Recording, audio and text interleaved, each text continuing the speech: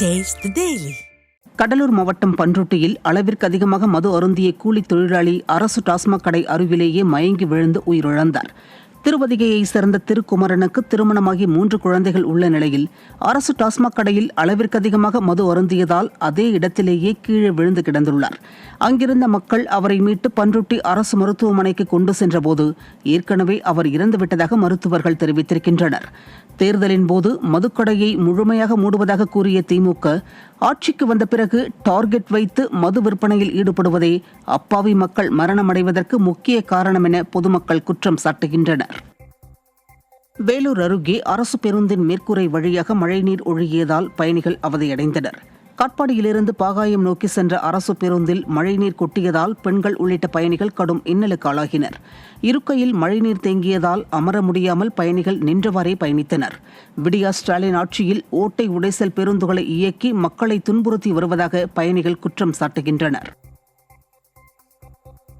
வேலூர் மாவட்டம் குடியாத்தம் மற்றும் அதன் சுற்றுவட்டார பகுதிகளில் திடீரென சூறைக்காற்று வீசியதில் புளிய மரம் சாலையில் வேரோடு சாய்ந்ததால் போக்குவரத்து பாதிக்கப்பட்டது. வேலூர் குடியாத்தம் சாலையில் அம்மனங்குப்பம் பகுதியில் விழுந்த புளிய மரம் உடனடியாக அகற்றப்படாததால் 2 கிலோமீட்டர் தூரத்திற்கு போக்குவரத்து பாதிக்கப்பட்டது. இதேபோன்று கரூர் மாவட்டம் குளித்தலை பகுதியில் சூறைக்காற்று வீசியதில் பேருந்து நிலையம் அருகே இருந்த 10க்கும் மேற்பட்ட கடைகளின் மேற்கூரைகள் பெயர்ந்து விழுந்தன. அந்த வழியாக யாரும் செல்லாததால் எந்தவித அசம்பாவிதமும் ஏற்படாத நிலையில் கீழே விழுந்த இரும்பு மேற்கூரை உடனடியாக அகற்றப்படாததால் போக்குவரத்து பாதிக்கப்பட்டது. நிர்வாகத்திறனற்ற விடிய ஆட்சியில் அனைத்து துறைகளும் தோல்வியடைந்து விட்டதைத்தான் மழை பாதிப்புகள் வெளிப்படுத்துவதாக விமர்சனம் எழுந்துள்ளது. தூத்துக்குடி மாவட்டம் கோவில்பட்டி நகராட்சியில் சேதமடைந்து குண்டும் குழியுமாக காட்சியளிக்கும் சாலையால் வாகன ஓட்டிகள் மிகுந்த சிரமத்திற்குள்ளாகி வருகின்றனர். 15வது வார்டு பவர் பிளாக் சாலை சேதமடைந்து மக்கள் நடந்து செல்வதற்கே சிரமப்பட்டு வருகின்றனர். அப்பகுதி மக்களின் கோரிக்கையை ஏற்று நேரில் ஆய்வு செய்த முன்னாள் அமைச்சரும் கோவில்பட்டி சட்டமன்ற உறுப்பினருமான கடம்பூர் ராஜு, நகராட்சி நிர்வாகம் 1 வாரத்திற்குள் சாலையை சரி செய்யாவிட்டால் மக்களை திரட்டி மிகப்பெரிய அளவில் போராட்டம் நடத்தப்படும் என எச்சரிக்கை விடுத்தார்.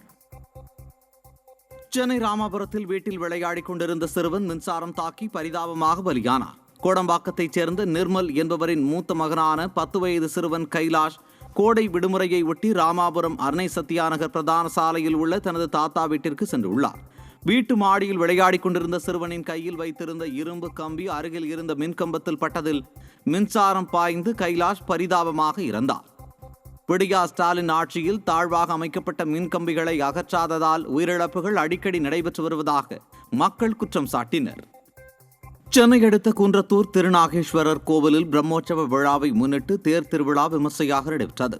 இக்கோவிலில் சித்திரை மாதம் பிரம்மோற்சவ விழா கடந்த 1ஆம் தேதி கொடியேற்றத்துடன் தொடங்கியது.